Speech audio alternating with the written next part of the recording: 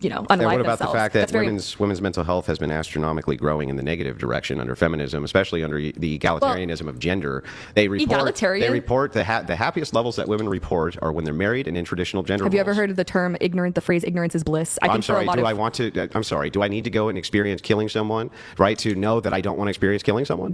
What? Well, how does that have anything to do with? Well, ignorance is bliss. It's possible, for instance, that I could kill someone and really love it, right? Would I be able to maybe talk about? Well, hang on. I want you to answer my question. Is that possible? I just don't really understand how that's related. Can you answer related. my question, though? Is it possible that I could kill somebody and then just really like it? But how does that in any way... Can you answer my question, please? Stop negating the question. Just answer the question. I just don't really want to talk about murder. I don't care what you want to talk. I want you to answer my question, and I'll answer yours. I'm not answering your question. Just go to... You're not going to answer my question? About murder? That's not related to this at all. Yes, it's logically... Answer how you think I would answer. Answer how you want me to answer. What do you mean? I'm in a debate with you. I'm not in a debate with me. I'm not Why would I answer this hypothetical question about murder that has nothing to do with the... I was talking about... Then if it has nothing to do with it, I'm going to look really stupid, right? So just answer the question. So, go ahead and finish, because I would like to... So my question to you was, isn't it possible that I could kill someone and really like it? That would be yes or no. Yeah, I understand how this works, but... I need you to answer my questions. We're in a debate. I will answer your questions, but you also need to answer mine, or I can't get to the worldview. Yes or no? Okay. This seems like a really moot point to me. Can you just answer it then? You've wasted like 2 minutes not answering the question. It's like a 3-hour debate. Yeah, why are you wasting time? Just answer the question. Look, Kylie, it's conceivable that you're going to propose hypothetical questions to Andrew to test I'll answer his them. Logic and worldview. He'll answer it. I think it's a fair question if you can answer it. As the moderator, sure. I suppose it is possible, yes, that if you did it, then you would enjoy it, although it makes me uncomfortable to talk about that. Okay, but if this is the case, well, it would be possible for any human being. Yeah. Yeah, it's logically possible. So the thing is that knowing that this is true, that we could, I am actually ignorant, having never killed anybody, right? And I am in bliss about that. I, myself, am really, really happy that I've never done that, even though I could do that and could be very happy about that. The idea that you would make the point, ignorance is bliss, seems to entail... Well, you didn't even let me get to talk. You're just talking over me. I'll give you the question. Oh, I have to wait for you to let me talk. Thank you. You're welcome. Yeah. So what I would say is this. When you say ignorance is bliss, all you're doing is alluding to the fact that people should engage in risky behavior. I'm giving you 15 seconds. If you don't give me the mic, I'm leaving. Go ahead. 15. Oh, my God. You're going to leave? Yeah. Oh, no. Uh-oh.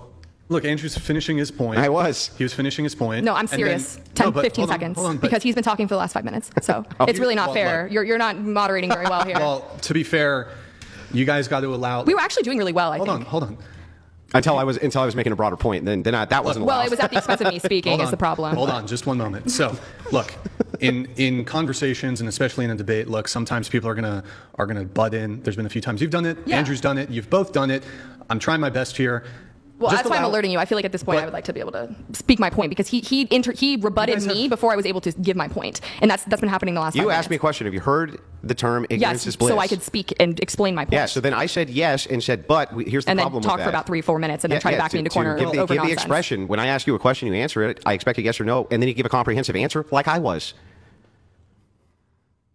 So can I give my explanation? Are you done, Andrew? Yeah. Okay. So you going back like 5 minutes basically to what you mentioned was the term like, oh, women are happier in the home with a husband and kids, right? Mm-hmm. And so the term of ignorance is bliss, I think for a lot of women who do not have the opportunity to get an education and they are forced to be in the home, they don't know any other alternative. So some women are truly happy, but if that becomes the standard that women have to be in the home and have kids and they don't have the opportunity to get an education, then of course that's going to be something that they think brings them joy because they don't have any other opportunities. And so like there's a lot of people in my mom's generation or my grandma's generation where like they were like, man, I wish I could have gone to school and like had an education and like picked someone, and they just fell into a marriage that either was abusive or like they weren't happy. And so I think that it's easier to report higher levels of happiness when you perceive it to be your only option is living in the home and having children and raising them. Yeah. So, but what do you have to say to that? Because so interestingly, because it goes to your like underreported things. Yeah, like you were well, first of all, when you give anecdotal evidence like, oh, my mom and mom's friends. Oh, I can give you an actual setting if you want. May have, and I can refute it. I promise. But here's the thing: when you give anecdotal evidence and you say, well, my mom's friends this and that, wish that they could have gone to school. There's also anecdotal evidence, and an awful lot of it, and you can find it on YouTube right now, tons of women saying they wish that they had not gone and gotten a career and wish that they would have instead deferred those childbearing years in order to have a family because they see the happiness levels of their friends, colleagues, coworkers, things like this. That anecdotally is also just as true. But to even go on to the ignorance is bliss, I could say this and make this case about literally anything. I could say, well, I would love heroin, right? I've never taken it, but ignorance is bliss, right? Oh, I could say ignorance is bliss about literally anything any drug, that's not the only statistic I have, any though. risky. I didn't cut you off. Any risky behavior, any of this. I could say that about anything. What you're doing is saying, these women are happy. There must be some bad reason for that. Oh, no, some women are happy. No, you're saying I agree. these women are happy, and there must be a bad reason for that. And the bad because they're doing Not for all traditional. of them. Hang on, because they're doing traditional gender roles. So that must be bad. So we can explain that away by saying if they had all these negative experiences, that those women who have those negative experiences actually report a higher unhappiness level, those women would actually be happier. That's absurd logic, by the way. Okay, sure. Well, again, I agreed with you on quite a few things there, but I would also like to say that, like I said at the beginning in my opening statement, the home being the most dangerous place for women, like there are women who are in abusive marriages, and so they have to convince themselves that they are happy because their husband is beating them or like assaulting them or harming their children. And when you're in that sort of situation, it's very difficult to be able to walk away from it, and oftentimes because you're isolated. And so, yeah, because the home is the most dangerous place for women, and 6 women are killed every hour in the home around the world. Those are very difficult realities that a lot of people don't want to grasp. And I'm not saying that every woman doesn't, isn't happy in the home. I think there are plenty of happy moms. I mean, my mom has worked and raised our children, her children, and my sisters and I, and like helped my dad out with like work. But yeah, for the most part, was a stay-at-home mom, and I think she really enjoyed it. But for me, at this point in my life, that's not something that I would like. And it's not to say that it's a bad thing, but I think that some people are convincing themselves that they're happy when in reality it's a very difficult situation. I'm going to have to go back to the NIS where I point out to you that as you keep saying that the most dangerous situation for women is in the home. Well, that's according to the UN around the world, though. Okay, not just here. okay, but inside of the United States, at least, and inside of the Western nations, this is a commonality that they all share. It's not usually from the husband. It's usually from boyfriends of single women or single moms. Or as far as, for instance, cohabitation. Cohabitation leads to some of the worst outcomes for women when they're not married, and men. It leads to terrible outcomes for both.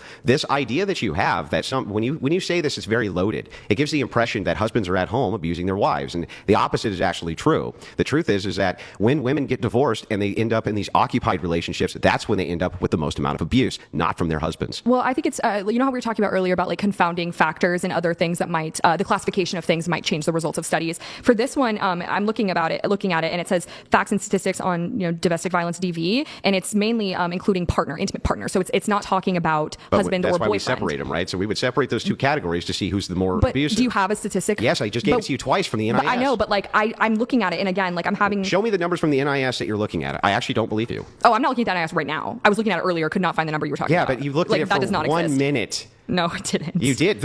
I literally pulled it direct from the NIS itself. When there is a minor in the home and there is abuse, they look at both parents. And in that case, they are finding, according to the Domestic Violence Center data for Mankind Initiative, I'm finding... The Mankind Initiative? Yeah, here, The I'll cult? send it to you. The cult? The Mankind Initiative? I have no idea what you're talking. I mean, this is it's a statistic, it's like a study that's produced. Yeah, I could go to the University of Pennsylvania's one do if you that want. because the Mankind Initiative, as far as I know, is a Western cult which exists as a demasculating agency. Just so you know. Okay. So it's saying analyzing 31,000. This is Penn today.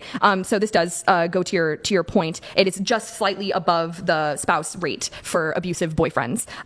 But again, and those go reported much more, right? The marriage rates go reported much more than these rates where you're living outside of the home with another man. Right. So because that's the more common living arrangement. Therefore, I am correct. It is true that the most dangerous situation is co-occupancy, not marriage. I mean, there's different. I think it's difficult. You deal a lot in absolutes, and as a teacher, that's something that we are told not to do to facilitate like open communication. Is because you typically say, "Well, this is true. This is true." That means I am truth. I am correct in saying this thing. But again, statistics are changing all the time. So actually, you're contradicting yourself because at the beginning you were like, "What I'm saying is things change." I can negate these with logic by simply pointing this out. I mean, you can negate anything when you talk to yourself like you do because you're not really listening to the words that are coming out of my mouth. I'm listening. Do you want me to steelman your position? You just said to me that everything when it comes to statistics is fluid. I would tend to agree with that based on oncoming data which is coming in. However, we still have to apply logic and inductive reasoning even when we're dealing with data sets. Especially, I didn't say we don't. I agree. So those are unchanging, unconfounding variables, logic and reason. So if we're using those two things,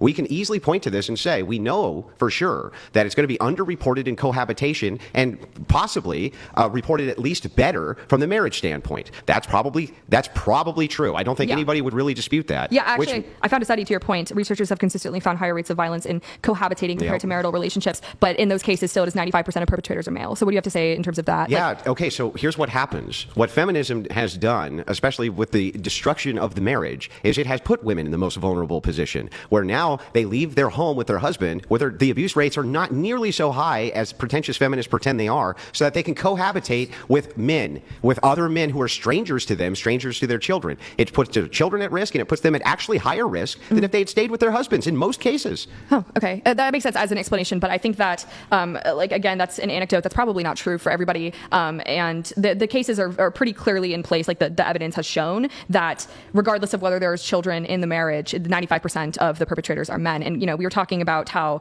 it is likely underreported for female perpetrators, right, in marriages. I'm sure there are abusive wives, but I think that the point being is that it is it is definitely a pattern in terms of, in the United States, of the home being made unsafe because of men that live there. It doesn't have to be the husband, but it is men that are, being violent with the women that they are living with. And I think your point about how it's women that are picking these boyfriends that are abusing them is not fair, because again, you don't know men that are going to turn out to be abusive until they hit you one day. It doesn't start out with, if you went on a first date with a woman and she clocked you in the face, would you continue to date her? No, you wouldn't. It's the same with women. Here's what we're going to do. Okay, Andrew, you give your response, then we're going to do prompt change. Okay. Okay, so but yeah, that was the end of my I don't even understand this. Like, all of the stats back up exactly what I'm saying. You agree with me that what I'm saying is likely the most true case at the scenario, at least compared to all the about numbers. Boyfriends being more abusive? Yeah, can I finish? Right? Oh, I was just clarifying. I didn't cut you off. So the thing is like, look, as we look at this data, the data backs up everything that I just said, especially when it comes to cohabitation. You say, well, it's not women's responsibility that they're picking these men. It's like, well, women are initiating most of these divorces.